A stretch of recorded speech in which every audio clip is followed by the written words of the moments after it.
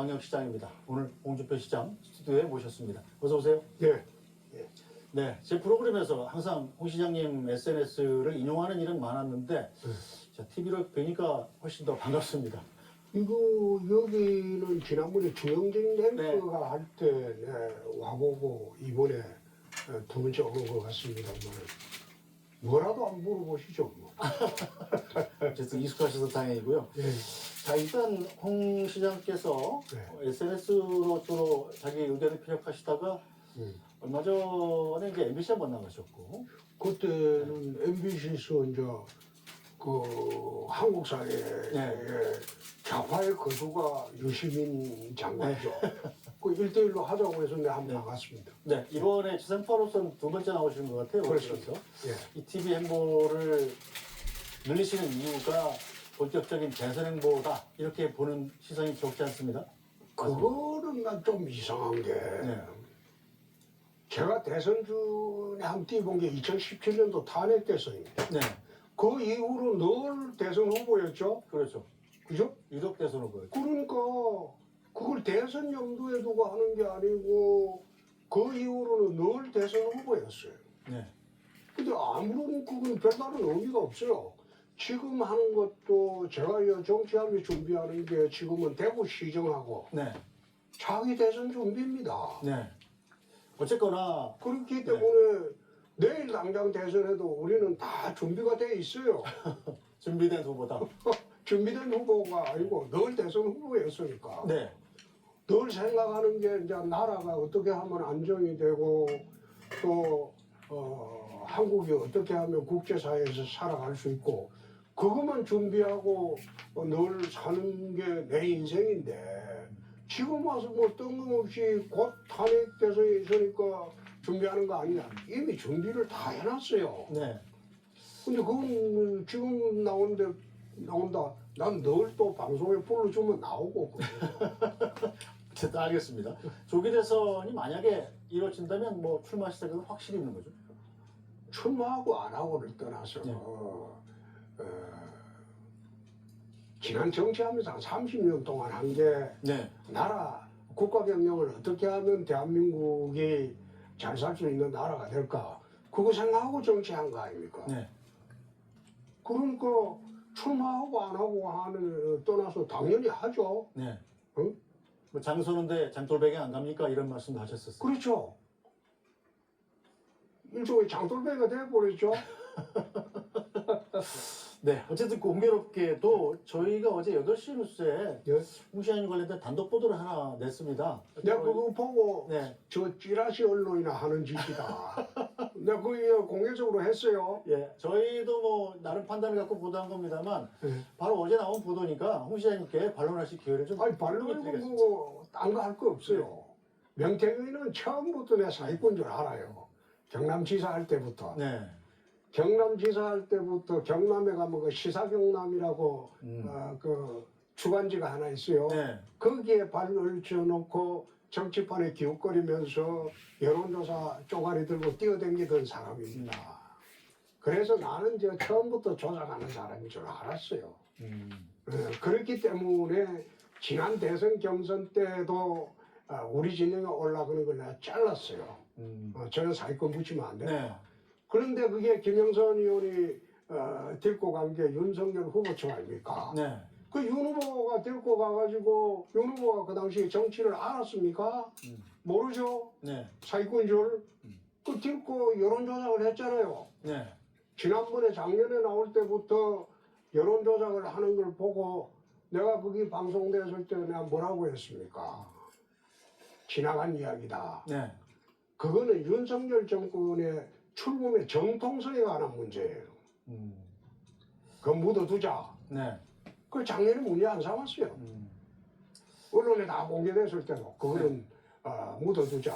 홍 시장님 입장에서는 좀 억울할 수 있는 억울한 게 아니라 내가 피해자죠. 네. 여론조작의 피해자인데 그게 갑자기 가해자로 변하더라고. 네, 그래서 내가 의의가 없어가지고 대꾸를 안 하고 있다가 네, 지금 아마 우리 그 비서실장이 고발을 한 게 5번째일 겁니다. 5번째일 겁니다. 네, 제대로 수사하면 저 징역 10년도 더 가요. 갑자기 뭐 앉아서 그 황금폰에 수만 건이 있다고 그랬죠? 네. 그 내 이름 나오는지 안 봐요. 네. 내 목소리 나오는지. 거기 카톡에 단 한 줄이라도 있는지. 낼 게 없으니까 이제 내 아들 이야기를 네. 하는데 그 아들이랑 내가 어떻게 됐냐면 네. 명태균 따라다니는 그 최모 씨가 내 아들하고 개포고등학교 동기동창입니다. 네. 그러니까 그 따라다니면서 워낙 그 이게 이제 용산하고 붙어갖고 실세를 노릇을 하고 하니까 네. 아버지한테 해코지할 것 같으니까 해코지하지 말라고 아주 그게 이제 최모 씨가 너 아버지가 네. 명태이가 욕을 그래 하는데 그 해코지할 것 같으니까 감사하다고 한번 해라. 그래갖고 문자를 뭐 한 번인가 두 번인가 보낸 게 그게 전부래요. 어떻게 보면 효자네요, 아드님이. 내 아들 효자죠. 저 아버지가 지금 잘못하고 억울하게 당하는 거는 못 참는 애죠. 알겠습니다. 자, 그럼 홍준표 시장께서는 명태균 씨와는 더 이상의 아무런 관련이 없다. 관련이 없는 게 아니라 내가 피해자지. 피해자일 뿐이다. 그 다음에 저 지난번에 그 뭐요 그 윤석열 후보하고 경선할 때 내 거는 깎아내리고 윤석열 네. 후보 그 올리라는 거 강행하고 짜고 한 거 그거 다 방송되고 녹취록까지 다 나왔잖아요. 근데 난 피해자지. 근데 그때 말 안 하는 거는 네. 내가 이거 판단을 해보니까 지나간 이야기고 네. 윤석열 후보 정권 추궁의 정당성에 관한 문제가 될 것 같아서 네. 묻어두자. 그리고 내가 문제 제기 안 했죠. 네. 그런데 비상계엄 터지고 난 뒤도 하도 사기꾼이 어떻게 보면 이게 네. 참 국민들도 좀 아셔야 되는 게 네. 이 명태균이 그 황금폰에 전현직 의원이 140명 나왔다고 합니다. 네? 140. 그런데 보도를 봤어요. 그렇죠. 예. 명태균은 네. 자기가 한 번 전화한 사람은 지 사다예요. 과대망상증이야. 네. 허풍 세고 거짓말 잘하고. 네. 그래서 야, 이 국민들이 또 계속 저래 현혹되고 속는구나. 그래 내가 요즘 느끼고 있죠. 알겠습니다. 자, 홍 시장님과 그럼 명태균 씨는 아무런 관련이 없는 걸로 하고 넘어가겠습니다.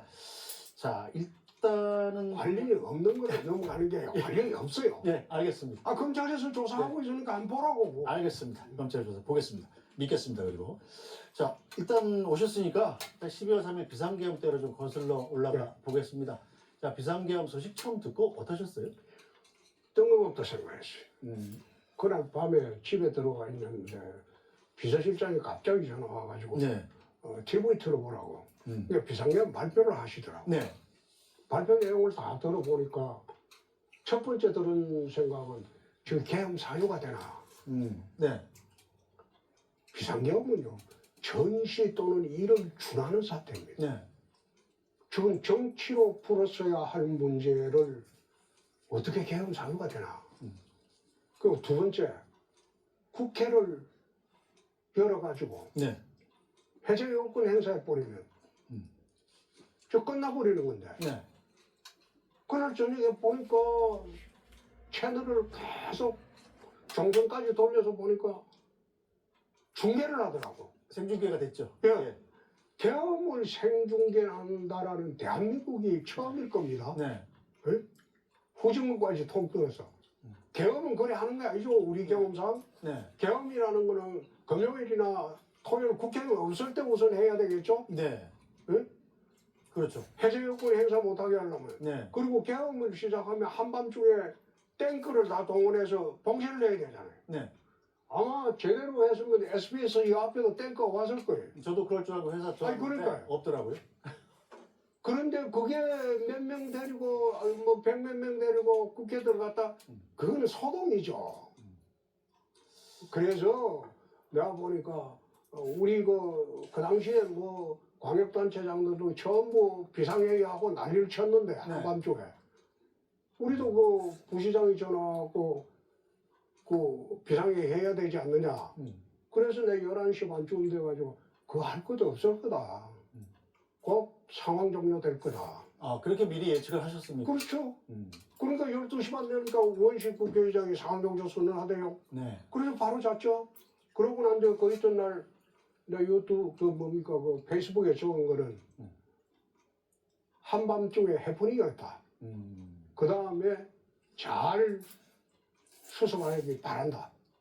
딱 두 줄만 썼어요. 네, 그런데 홍 시장님은 한밤중에 해프닝이라고 하십니다만 야당을 비롯한 또 상당수의 국민들이 이건 내란이라고 규정하고 그거는 있지 않습니까? 처음부터 이제 그래 하는 게 내가 잘 수습하기 바란다 그 이야기한 거는 네. 야당의 공세입니다. 근데 그 공세 대비를 못했어요. 그게 내란이라고 프레임을 씌운 거는 결국 탄핵으로 가기 위해서 씌웠거든요. 실제로 갔죠. 예, 실제로 갔는데 그게 내란죄가 안 되는 게 내란죄는 목적범입니다. 네, 정권 찬탈을 목적으로 해야 돼요. 네, 대통령이 무슨 정권 찬탈 목적이 있습니까? 두 번째, 폭동행위가 있어야 돼요. 군대를 국회에 투입하지 않았습니까? 그거는 폭동이 아니죠. 폭동이 되려면 네, LA 폭동 기억하시죠? 네, 살인, 방화, 약탈. 다친 사람이 없었다 이거죠. 아니 다친 사람이 없는 게 네. 형법상 우리 법제상에 소란죄가 있고 네, 그 다음에 소요죄가 있습니다. 그 다음에 폭동죄가 있어요. 소요죄라는 것은 아마 나이 드신 분은 기억하실지 모르지만은 인천 5.3 인천 사태 네, 그게 소요죄였습니다. 근데 소요죄를 넘어서는 게 폭동죄입니다. 네, 그 다음에 소란죄라는 거는 우리 경범죄 처벌법이 나와요. 네, 법상으로 소란죄, 소요죄, 폭동죄인데 이거는 소요에도 이르지 못했어요. 그래서 이거는 내란죄가 되지 않는다. 근데 어쨌든 간에 헌법. 근데 그걸 이제 덮어 씌워가지고 국민한테 공포감을 잔뜩 안겨줬다고. 잔뜩 안겨줬다. 네, 그래가지고 이제 탄핵까지 갔어요. 네, 그래 지금 이제 헌재에서 심리하다가 처음에는 내란죄를 심리해 달라고 했다가 내란죄 심리를 하면 헌법재판소 심판 절차가 정지가 될 수가 있습니다. 네, 형사 절차가 계속될 때는 일단 그렇죠. 정지하거든요. 예. 그런데 민주당에서 가만히 보니까 이거 빨리 결론을 내야 되겠고 빨리 쫓아내야 되겠고 네. 그러니까 내란죄를 헌법재판소에서 빼버렸다고 철회해버렸다고. 네, 국회 측 대리인단이 그랬죠. 그렇죠. 철회해버렸다고. 그러면 결국 남는 거는 직권 남용죄 정도야. 그거는 성부가 문제가 돼요. 네, 비상계엄은 대통령의 비상대권입니다. 그게 불법이냐 적법이냐가 아니고 네, 그거는 적절하냐 부적절하냐의 문제입니다. 그래서 나는 이거는 헌재에서도 네. 이거는 인용을 하기가 어려울 것이다. 아, 그런데 헌재가 이제 내일이 사실상 마지막 변론이 될 가능성이 높고 네.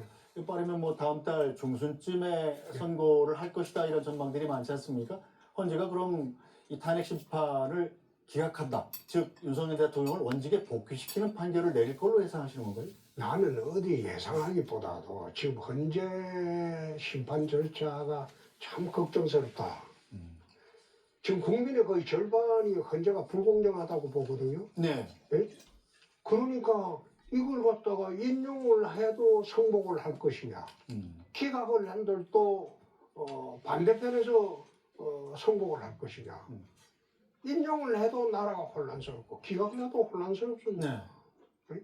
탄핵 개선을 한다고 해도 박근혜 때는 좀 달랐죠. 그러나 이번에는 탄핵 개선을 하게 되면 아마 내전 상태에서 선거를 해야 될지 몰라요.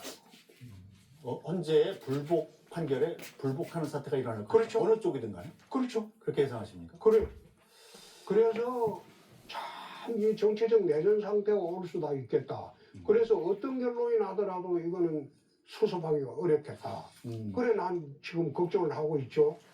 어쨌든 간에 실질적으로 조기 대선이 이루어질 가능성이 상당히 있습니다. 그건 현실이니까요. 그거는 아직은 모르죠. 아직은 모르죠. 지금 헌법재판소에서 하고 있는 불공정성의 대표적인 게 네. 원래 이게 헌법재판소에서는 형사 절차의 기록을 송구 촉탁할 수 없게 돼 있어요. 그런데 네. 헌재에서 헌법재판소법을 어기고 검찰의 기록 송구를 절차를 지금 마치고 네. 검찰 조서를 참고하겠다고 했거든. 증거로 채택했죠. 그렇죠. 예. 그게 어처구니 없다 이거예요. 그건 헌재법 위반이에요. 네, 어제 윤석열 대통령 측에 이 변호인단 이의제기가 있었습니다만 헌법재판소 재판 권한 대행이 이미 4차 변론기일에 결정한 것을 너무 이 시청이 늦었다 이런 얘기를 하더군요. 그거는 네. 말이 안 되는 게 음. 그건 헌재법 위반입니다. 알겠습니다. 정시적으로 지금 헌재법에서 형사 절차의 기록을 송구 촉탁할 수 없도록 돼 있는데 그걸 가지고 와가지고 증거 능력 없는 걸 증거로 하겠다고 하니까 그 반발 안 할 수 있어요? 그거는 헌재에서 정인들 소환해갖고 정인들이 말하는 그걸 중심으로 재판하는 게 그게 원칙입니다. 네. 그래서 내가 그거 보고 저거 성공하겠나? 어쨌든 헌재 판결이 편파적이다 이런 말씀이신 걸로 받아들이고요. 편파적이 아니고 불공정하게 진행을 하고 있다. 그리고 헌법재판소 법에 어긋나게 진행을 하고 있다. 난 그래 보는 거죠. 알겠습니다. 자, 그런데 민주당 쪽의 동향을 보면 지금 이재명 대표는 사실상 조기 대선을 염두에 두고 움직이는 것 같습니다. 어떻게 보십니까? 지금 이재명 대표하고 윤석열 대통령하고는 내가 지난번에 한번 이야기했는데 적대적 공생관계였죠. 네. 그게 이제 어부질이란 말이 있는데 어부질이라는 그 고사성 앞에 방출지쟁이란 말이 나옵니다. 네. 도요새하고 조개가 네. 도요새가 조개의 속살을 파먹으려고 이래 불의를 뿌리를 집어넣는데 그 조개가 입을 닫아버렸어요. 네. 둘 다 꼼짝 못하게 됐다고. 네. 그러니까 어부가 와서 두둑을 낚아채가는 게 그게 어부질입니다. 그렇죠. 네. 그런데 둘 다 지금 공생관계에 있었기 때문에 네. 아마 그 말이 하나 조기 대선이 되더라도 이재명 대표를 국민들이 선택하기 어려울 겁니다. 둘 다 청산할 겁니다. 자, 그런데 현재 여론조사 결과들을 나오는 걸 보면 뭐 홍 시장님까지 포함된 모든 대선 주자들을 넣고 지지율을 분석을 해보면 이재명 대표가 부죠. 독보적인 1위 아닙니까? 그렇죠. 예. 그거는 그래 될 수밖에 없을 거예요. 그런데 만약 정작 조기 대선이 이루어지게 되면 네. 아마 우리 당의 후보들하고 이제 경선이 아주 치열할 겁니다. 그거 거의 우리가 한 달 이상을 네. 우리들의 시간이 됩니다. 네. 이재명 대표는 그게 이제 고정적인 인물이고. 그렇죠. 그래 되면 그건 판이 또 달라지죠. 흥행면에서 아니, 그럼? 국민의힘에 훨씬 시선이 쏠릴 것이다. 그럼 네, 알겠습니다. 그건 어떻게 벌어질지. 제가 뭐 대선 한번 해본 사람도 아닙니다. 자, 이재명 민주당 대표. 제가 그런데 엊그제 또 갑자기 민주당이 진보정당이 아니다. 우리는 중도 보수정당이다라고 선언을 해버렸어요. 이건 어떻게 평가하시나요? 그거는 이제 이미 진보 좌파 진영은 딴 데 갈 데 없잖아요. 그러니까 보수 진영을 향해서 이제 쇼하는 거죠. 네. 그 이 대표는 그 말하는 거 보면 그 누가 그런 이야기를 하는데 숨 쉬는 거 빼고 다 거짓말이야. 그래서 내가 네. 쳐다보면서 자 또 거짓말한다. 난 그래 봤습니다. 네. 어쨌든 이 민주당 쪽도 있기 때문에 이건 예, 예. 모 시장님의 개인 의견으로 제가 받아들이겠습니다. 아니 당연히 나왔으니까 개인 의견이죠.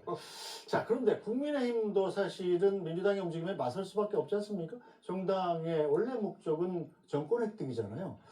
국민의힘 내부적으로는 지금 외부적으로는 이 조기 대선을 말하는 것 자체를 금기시하고 있습니다만, 그건 당연하죠. 네, 이 여당이 100석 이상 가진 여당이 혹시 있을 가능성에 대비하지 않는다는 것도 사실은 어불성설인데, 이번 대선은 후보자가 준비를 해야 될 겁니다. 네, 내가 2017년도에 탄핵 대선을 해봤는데 네, 경남대에서 시사하다가 올라오라 해서 올라와서 해봤는데 네, 당에 아무런 준비 없었어요. 그리고 공약도 없었어요. 네. 그래서 TV 토론할 때도 아무런 준비 없었어요. 그래서 내가 수첩 하나 들고 네. 나 혼자 TV 토론도 하고 나 혼자 공약 발표도 하고 그렇게 했습니다. 네. 난 그런 경험이 있어요. 네. 탄핵 대선에. 네. 그래서 이번에도 당에서 준비를 기대하기는 어려울 겁니다. 그래서 개인들이 준비를 해야 될 겁니다. 네. 지금 개인 가운데는 그럼 한동훈 전 대표는 어떻게 생각하십니까? 오늘 또 그건 번외로 합시다. 아, 그래요? 내가 묻는 것조차 기분 나쁘다. 아니 근데 SNS에 항상 말씀하시죠. 아니 뭐 그거는 참 이 상황 만드는 게 누굽니까? 예? 한동훈이가 그 당대표 돼가지고 제대로 행동했으면 이 상황이 왔겠습니까? 예? 그냥 대표 돼갖고 힘 합쳐가지고 그 딴에 야당이 거대 야당인데 정부 도와줄 생각 안 하고 맨날 그 대통령한테 의장문 넣고 옆길만 세고 그러다가 지금 이 꼴이 돼버린 거 아닙니까? 근데 그런 한동훈이 아니었으면 이 상황 왔겠습니까? 김기현 대표였으면 총선 참패했겠습니까? 알겠습니다. 뻔한 이야기를 네. 왜 물어요? 네, 그럼 여기까지 듣겠습니다. 자, 그런데 자 국민의힘도 조기 대선이 치러진다면 대권 후보를 뽑아야 될 텐데, 그렇겠죠. 물론 홍 시장님을 제외하고 예? 이 가장 경쟁력 있는 후보를 한 명만 뽑으라면 나는 지금 그 이야기를 할 수 없는 게 누가 나올지 몰라요. 오세훈 시장도 당연히 나오지 않겠습니까? 그럼 그때 돼봐야 알겠죠. 지금 내가 상수고 네, 내가 네. 8년 전부터 나가서니까 네, 언제라도 어떤 대선이라도 생기면 나갈 준비가 돼 있고 네. 다른 분에 대해서는 평가는 내가 하기가 어렵죠. 알겠습니다. 자, 그럼 홍 시장께서 여권의 대선 후보가 되는 상황에서 경선에서 승리하셔서 국민의힘 대선 후보가 공식적으로 됐어요. 자, 그럼 저쪽에서는 아마 반드시 이재명 대표가 나올 거라고 그렇겠죠. 예상이 됩니다. 응. 1대1로 붙는다면 응. 이길 자신은 있으실까요? 지난 2년 전에 대선 후보 경선 때 이재명 대표하고 1대1로 해가지고 내가 한 번도 져본 일 없어요. 그때 자료 보십시오. 네. 그때 이 대표한테 거의 10% 차이까지 이긴 적도 있어요. 오. 지난번 언제 선거를 말씀하시는 거죠? 대선 2021년 거. 2021년에. 아. 그때 윤석열 후보도 1대1 대결하고 나도 1대1 대결했을 때 그 당시에 네. 이재명 후보가 이제 확정되고 난 뒤죠. 한 번도 집은 일 없어요. 아, 이번에도 그때 자신 자료 있다. 보세요. 알겠습니다. 네. 찾아보도록 하겠습니다. 근데 그때 상황보다 지금 더 나쁘지도 않죠. 지금은 여권의 지지율이 박근혜 대통령 탄핵 때와는 상당히 다르죠. 그건 다르죠. 네. 그게 박근혜 탄핵 때 우리가 정권을 일방적으로 바쳤다는 경험 때문입니다. 그게 지금 우리가 뭉치고 있죠. 네. 자, 대통령이 만약에 탄핵 심판이 기각돼서 업무에 복귀하는 상황에서 자, 조갑재 씨 같은 경우는 대통령이 하야를 권유하더라고요. 이건 어떻게 생각하십니까? 내가 그걸 참 말하기가 난감한 게 네. 지난번에 한번 내가 SNS에 그렇게 말한 일이 있습니다. 탄핵이 기각되어서 복귀하더라도 걱정. 네. 탄핵이 인용돼서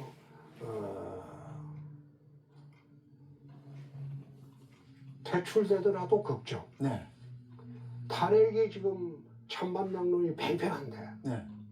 인용대본들 반대 진영의 사람들이 수긍을 하겠습니까? 기각대본들 또 기각되면 지지했던 사람들이 탄핵 지지했던 사람들이 그거 수긍이 되겠습니까? 그런 대한민국의 혼란 사회가 한 번 더 재현될 가능성이 있다. 네. 그래서 내가 서두에 이야기했던 대로 이 탄핵 대선이 되게 되면 이게 정치적 내란 상황이 올 수도 있다. 네. 나라가 더 둘로 쪼개질 수가 있다. 네. 그래서 탄핵 대선이 만에 하나 된다면 네. 나는 통합이 시대 정신이다. 음. 갈등과 분열을 없는 나라를 만드는 것이 그게 시대 정신이 되어야 할 것이다. 그렇지 않으면 새 정권 들어오건들 더 크게 싸울 겁니다. 네, 자 홍준표 시장께서 이 통합의 시대 정신을 이루는 주도적 역할을 하시겠다 이런 뜻으로 받아들이겠습니다. 자 오늘 시간이 없어서 여쭤보고 싶은 게 많은데 여기서 좀 마쳐야 될 것 같습니다. 고맙습니다. 시간 내주셔서 고맙습니다. 고맙습니다. 네.